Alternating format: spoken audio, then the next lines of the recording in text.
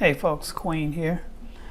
Alright, in this video I'm going to go through a really interesting article. Came out on CoinDesk on yesterday, which happened to be my birthday, November 19, 2020. So I'm talking about the complete case for $100,000 Bitcoin.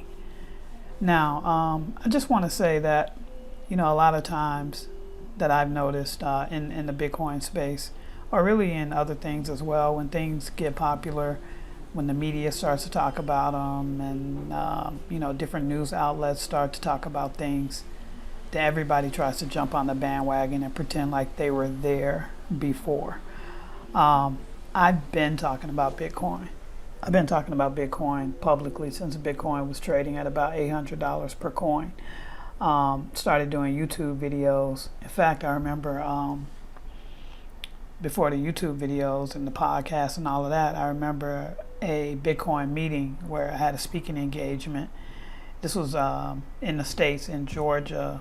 This was, I want to say, the market cap for Bitcoin wasn't even in the billions yet. But anyway, just to share with you, like I've been talking about this. This is not new to me. All right. So I wanted to kind of reference this article that, or this video that I went through about 3 years ago when Bitcoin broke through $1,800. This is a couple different YouTube channels that I have. So this is some of the podcast shows, as you see here. They go back as far as 3 years ago or so. But let's take a look at this particular video. This video, I'm actually going to put the link. Let me go here. Got a couple of links. Hang on. I'm going to put the link to this video in the description for this particular video, because this 20 minutes or 21 minutes that I'm talking here in this video has a lot of solid. In fact, let me like my video. It has a lot of solid information and solid Bitcoin education in this video. All right. So if you're new to Bitcoin, you don't know what Bitcoin is, you want to know what Bitcoin is, I'm not here to convince you of Bitcoin. This is just for those that want to know the information. You're already on the Bitcoin frequency. Okay, so I'm not trying to convince you of it, but just give you factual information about it.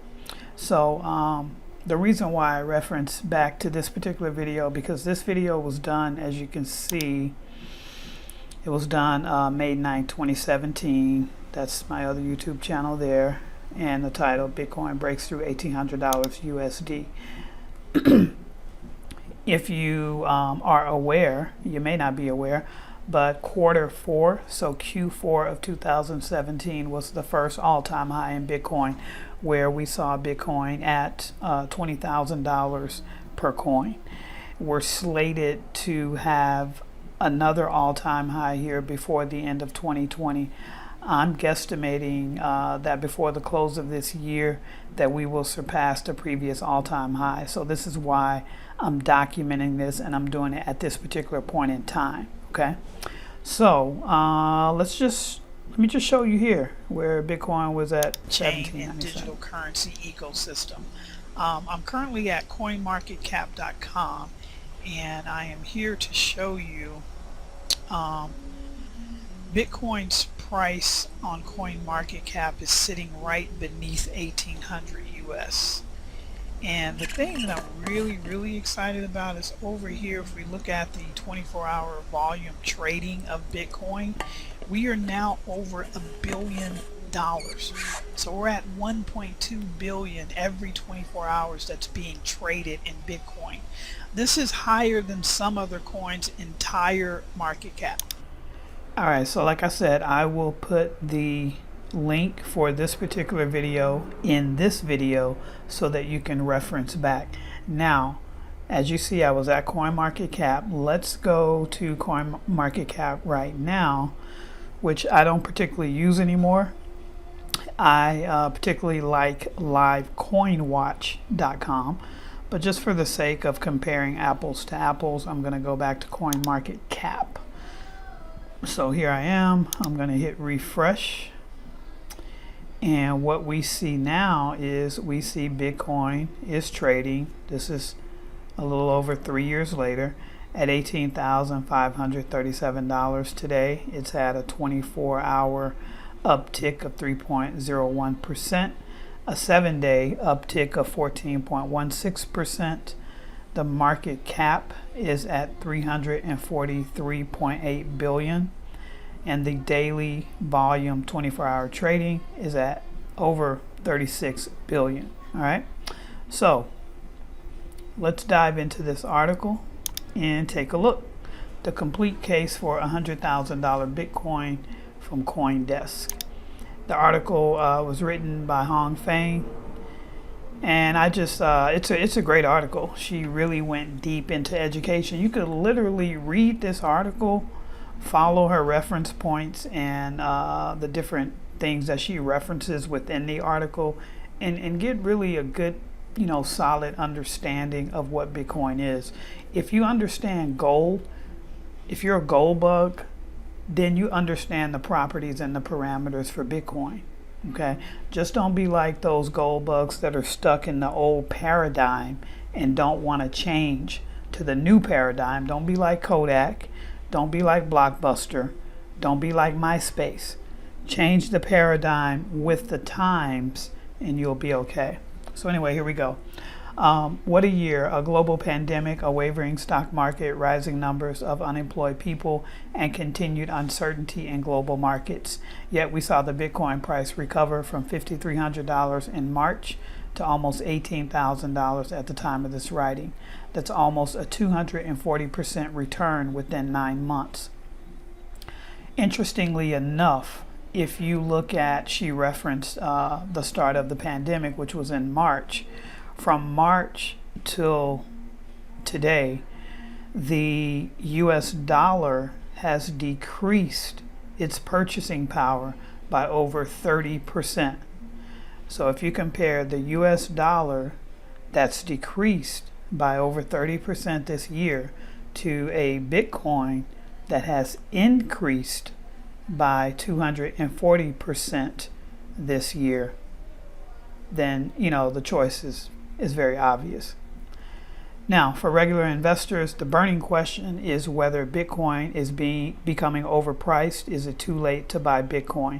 The answer to that question is absolutely not. If we put aside a short-term volatility and take a long-term perspective, there's a reasonable path for the price of Bitcoin to reach over 500,000 in the next decade. To go even further, I think BTC is likely to hit $100,000 in the next 12 months. Significant upside has yet to play out for Bitcoin. The reason why I like this article, and I'm going through this article on video, there's been several financial articles, several financial talking heads that have stated a case for 100,000 Bitcoin by the end of 2021. Right, and I've followed the breadcrumbs, and my conclusion is that is very, very, very possible. All right. Further reading in the article, Bitcoin is a store of value. So when we talk about the valuation of an asset, the first step is to understand the fundamental economics. Equities, bonds, and real estate, for example, often drive their value from generating cash flows. Therefore, valuation of these assets involves projecting future cash flows. Commodities, on the other hand, are more utility-based, and therefore their prices are anchored by industrial supply and demand. Before taking any action on Bitcoin, I suggest asking yourself, what is Bitcoin for? Use this as a baseline to form your own view of the value of Bitcoin and its fair price range in a given time horizon. That's a very great question to ask yourself. Again, she's very detailed in this article. I commend her for the education that she's putting out there for people to learn. One of the first things you want to do if you are new to Bitcoin, you don't understand it, you don't know what it is, you think it's funny money, you think it's money to buy hookers and drugs. What you want to do is go to Google, type into Google Bitcoin white paper. Bitcoin white paper. It's a 9-page document that will give you the technical analysis, the reason behind the Bitcoin, why Bitcoin works, the supply, the demand, the whole 9 yards in this beautiful 9-page manifesto, if you will. Okay, back to the article. Here's my take as a hodler. A hodler is a holder of last resort. That's a nickname that we termed in the Bitcoin space some years ago. These are people that have bought Bitcoin, they've traded in their fiat for Bitcoin, and they're going to hold to the very end. We're called hodlers. So, bullet point 1. Bitcoin is sound money and the first native internet money in human society. Yes, that's a fact. Bullet 2. It is scarce. 21 million fixed supply. It's durable. It's accessible. The blockchain is open 24 hours a day, 7 days a week. It's divisible. 1 Bitcoin equals 100 million Satoshis. It's verifiable, open source, and most importantly, it's censorship resistant, encrypted. With these superior monetary qualities in one asset, Bitcoin is a great store of value. Once it reaches a critical mass of adoption as a store of value, Bitcoin has huge potential to grow into a global reserve currency and universal unit of account too over time. Now, the question, around, Bitcoin replacing the US dollar and becoming the global world reserve currency.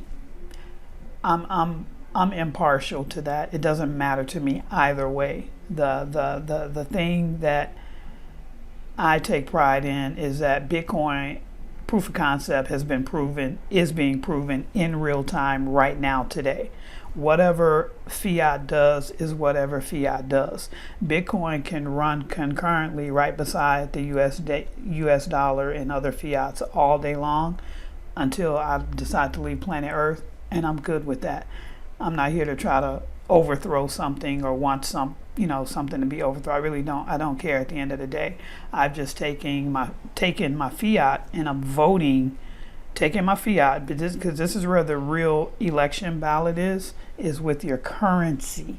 Your currency is your energy. So how are you expending or investing your energy? For me, I've decided to vote my energy into a decentralized technology such as Bitcoin that's not manipulated, not tied to government, not tied to banks, that's decentralized and open and free market. That's my vote. Okay. Next bullet. The history of money shows us the natural forms of money generally go through 3 phases of evolution. First, as a collectible, speculation on scarcity. Second, as investment, store of value. Third, as money, unit of account. And payment, medium of exchange, right? So those are the 3 phases. So as Bitcoin goes through different phases, its valuation scheme varies too. So in my view, speaking of the author of this article, Bitcoin is currently in the early stage of phase 2. Below is a short summary of the 2 phases Bitcoin has been through and respective value implications. All right, so let's take a look. Bitcoin as a collectible. Between its inception in 2009 and 2018, Bitcoin was in its collectible phase. Only a small cluster of cypherpunks believed in Bitcoin as future sound money. It was hard to come up with a valuation scheme for Bitcoin that matched its fundamentals. It was also too early to tell whether Bitcoin could succeed in building consensus around its store of value superiority. Very, very true. I got involved in Bitcoin in 2012 when I started stacking coins. I wasn't really per se involved. I had my clients paying me in Bitcoin. Got deep into it in probably 2013, 2014 when I really started, it started to consume my life. And yeah, a lot of people, it was just a collectible. It was just this thing. It was, that's why so many Bitcoins have been lost, because people didn't take it seriously. They didn't know that it was going to, at some point have a value of $18,000, $20,000. So a lot of Bitcoin has actually been lost. All right, back to the article.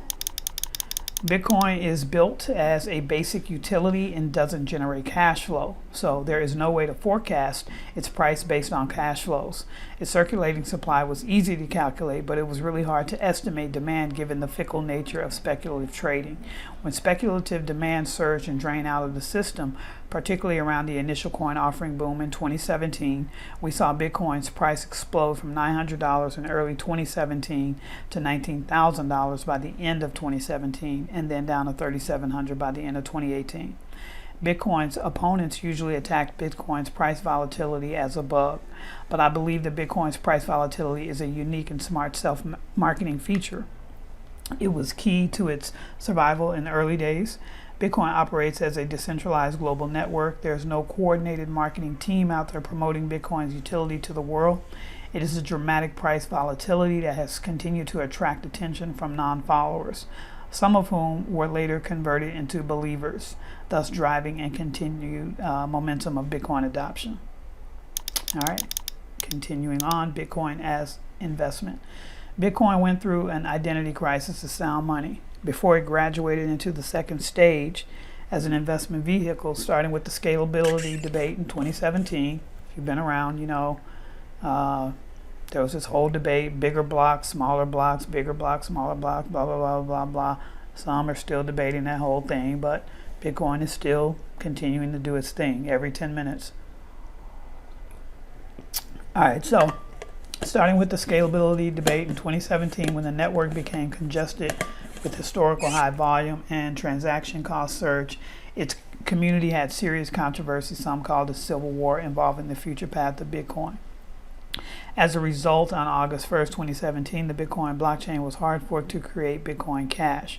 Now, this is one thing that I do want to make you aware of if you are, like I said, new to Bitcoin and you don't know the history from the inception to date. You may get confused when you look at a website like a CoinMarketCap or a Live Coin Watch, or you may even in your Cash App, in your Coinbase, or whatever app you may be using to look at cryptocurrencies, you see all of these different coins that have the name Bitcoin in their name. The only true Bitcoin is Bitcoin with the ticker BTC. That is the real Bitcoin. That is what I have dedicated a large portion of my life and education about, is that. There's always going to be spin-offs. There will always, and there can always be hard forks. A hard fork is nothing more than, because Bitcoin is written on an open source code, anyone that's a developer or coder can take that code and they can fork off from that original code and create a Bitcoin XYZ. It might be a Bitcoin XYZ out there. A Bitcoin a Bitcoin this, a Bitcoin that. But the true Bitcoin is BTC. It's Bitcoin. Okay, so don't get confused with the hype out there. All right, let's see, where are we on time? 18 minutes. Okay, all right. I don't want to make this thing over 20 minutes or so. Let's run through this. Yeah, let's wrap this up with. Well, let me go through these scenarios. We may have to go over 20 minutes a little bit here, because I do like the scenarios that she gives when we talk about the case for the $100,000 for Bitcoin. All right, so banner year. This year has been an extraordinary year in many aspects, but it's truly a milestone year for Bitcoin. The coronavirus pandemic or plandemic has brought emotional and economic stress to many people on a global basis. On top of that, 12 years after the 2008 financial crisis and the publication of the Bitcoin white paper, we are reminded how easily our economy could be flooded with new money printed out of thin air. $3 trillion in new money was created in just 3 months in the United States, about 14% of U.S. GDP in 2019. The U.S. was not alone. So in 2020, it's been extremely hard for responsible savers to find reliable, real yields to preserve their hard-earned wealth. American middle-class families have had to either accept 0 to negative interest rates at banks and debasement risk, or bet in the all-time high equity market when the real economy struggles, not knowing when the music will stop. In other countries, people must fight an uphill battle every day to simply preserve the earning power of their salaries. That has been my mantra forever. As long as the US dollar in any other fiat currencies, okay, I'm just talking US dollar because it's the world reserve, right? But all others follow the US dollar. So as long as these governments continue to print, it devalues, it debases your purchasing power. Just use simple logic. Take $100 today. Think about that same $100 just 12 months ago. Think about $100 today. Think about the goods that you can buy with the $100 today. Think about that $100 just a year ago. You could buy more stuff a year ago with the $100 than you can with the $100 today. That's just simple inflation. That's simple devaluation of the money and debasement of the money. It's simple. You don't even have to be an economist. You don't have to know Austrian economics, macroeconomics. You don't have to know any of that. It's just within your own daily use and how you live and, you know, how you move, right? I mean, the only thing that I can say that's kind of been stable, when I left the States, the gas prices, you know, I'm talking gas for your vehicles, the gas prices were kind of okay, like it didn't, but the cost of goods, you know, groceries and things like that, phew, there was a point in time where the meat, luckily I don't eat meat, I'm a vegetarian, veganish, but the meat and stuff shot up. You know, this is crazy. But you can look at this stuff in your own life. You don't have to be an economist to know that your money is buying less and less and less each day. Well, how do you preserve that, right? How do you preserve the purchasing power? It has to be in some form of a hard asset, right? Real estate, gold, silver, other precious metals, fine art, exotic art. Those are oil. Those are hard commodities. But the number one, all of those commodities that I just named, the one that has outperformed all of them collectively has been Bitcoin. It's been Bitcoin. Bitcoin, since its inception, has done over 100,000% in ROI. What other asset class can you think of that's done half of that? I'll wait. Exactly. So let's go. Let me go through these scenarios here real quick, and try my best to stay under 20 minutes, but it is what it is, right? All right, so let me go through these little scenarios, and then we'll wrap this video up. I'll give you a little information, so forth and so on, if you want to go deeper down the rabbit hole. So below are 3 scenarios used to triangulate Bitcoin's potential one-year trajectory. Scenario 1, 1 to 2% U.S. household wealth allocation. According to the Federal Reserve, U.S. household wealth reached $112 trillion by June 2020. Top 10% owns 2/3 of the wealth. 1 to 2% of $112 trillion is $1.1 trillion to $2.2 trillion potential demand. Current total circulating BTC is about 18.5 million. To keep it simple, let's assume 21 million max supply are all up for sale, which we know that's not the case. All right, so much Bitcoin has been lost in computers, old phones, all this kind of stuff, right? Now, divide the potential demand by max supply, we get a price range of 56,000 to 112,000. This scenario does not account for the rest of the world. 400 trillion global family wealth, according to Credit Suisse Wealth Report 2020. If we assume a 1 to 2% allocation of global family wealth, we will be looking at 228,000 to 456,000 price range. Would this happen in the next 12 months? Likely not. Can this happen within the next decade? She thinks it's very possible. I think it's very possible as well. All right, scenario number 2. 2 to 3% of global high net worth individual allocation. Now, according to Capgemini World Wealth Report 2020, again, I'm going to put the link to this article in the video description as well, so you can go and do your own research. You know, I'm a big component of do your own due diligence, do your own research, come up with your own information. All right, I just show you where the door is. You got to walk through it. So according to that wealth report, global high net worth individuals' wealth stood at 74 trillion by the end of 2019. 13% alternative, 14.6 real estate, 17% fixed income, 25% cash on cash equivalent, and 30% equity. 2 to 3% of 74 trillion is 1.4 trillion to 2.2 trillion potential demand. So if we divide the potential demand by the max supply, we get a price range of 70,000 to 105,000. Now this scenario does look at global data, but only accounts for high net worth individuals' allocations. So assuming that this segment has more assets to invest and investment decisions are more driven by institutional asset managers and advisors, I'm also assuming a higher range of allocation here because high net worth individuals are generally better positioned to take on more risk in search of higher risk adjusted return. Obvious, very, very obvious. So I like these two scenarios that she's giving, and she's giving very small percentages, not this huge pie in the sky. So we're just talking 1 to 2%, 2 to 3%, you know. All right, scenario 3. Now this is a scenario that I really, really like because Bitcoin is digital gold.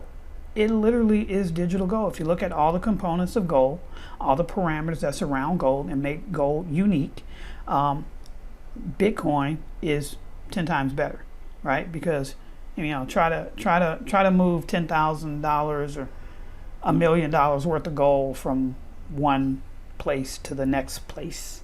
It's a lot. And then if you don't own the gold, if you're not storing the gold personally, if you don't have it in your possession, you just have a gold certificate, who's to say that that gold is actually there? You could be just buying thin air, right? Yeah, there's a lot of gold manipulation. We know that's the truth. So another thing that I want you to write down in your notes, if you're taking notes, if you don't own the gold, if you don't own the silver, if it's not in your possession, guess what? 9 times out of 10, you don't have anything. You just got a fancy certificate that says you own X amount of gold. All right. So store it yourself, have it in your possession. Same thing with Bitcoin, right? With Bitcoin, you have these outfits now that are getting into the game. You've got PayPal, you've got Cash App, you've got some other outfits now that are making the adoption of Bitcoin more feasible for the masses, right? So you can go in your Cash App and you can buy Bitcoin now, right? But you don't want to keep your Bitcoin in Cash App. You don't want to keep any of your Bitcoin on an exchange. You don't want to keep any of your Bitcoin inside of a custodial account. A custodial account holds the private keys to your Bitcoin. Whoever holds the private keys is the true owner. Bitcoin is a bearer asset. So whoever owns or holds the asset is the owner of that asset. So what you do if you're going to use like a Cash App or a PayPal or something like that, you want to actually transfer, or an exchange, you want to transfer your Bitcoin from those exchanges, from those custodial accounts into your own personal private Bitcoin wallet where you hold the private keys. Okay? Who holds the private keys? Holds the gold. As in this case, digital gold, i.e. Bitcoin. All right, so let's get this last one out. I can talk all day, as you can see, about this subject. So scenario number 3, catching up with gold. Give me one last drink. There's been a long-standing argument that Bitcoin will catch up to gold and market cap once it is widely accepted as digital and superior version of gold. Current gold market cap is 9 trillion. This is about 2% of total global wealth and 12% of global high net worth wealth. 100% gold market cap means a 428,000 price point for Bitcoin. Can we get there in 12 months? Probably too aggressive an assumption. I agree with her on that without a doubt. Too aggressive.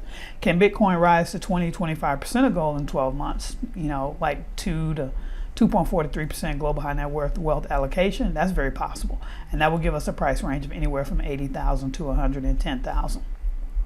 So she gives, and there's more information here. She's got some things in here about risk factors. Obviously, anytime you're talking about investing or anything like that, there will always be risk factors as well. So like I said, I will put the link for this article, and you can see the link right here, but I will put it in the description of this video as well. A couple of different resources for you if you would like to, like I said, go further down the Bitcoin rabbit hole. 2 sources that I have personally is I wrote a book back in 2016 on Bitcoin. It's called Bitcoin Digital Money, and the website is the exact same. So it's bitcoindigitalmoney.com.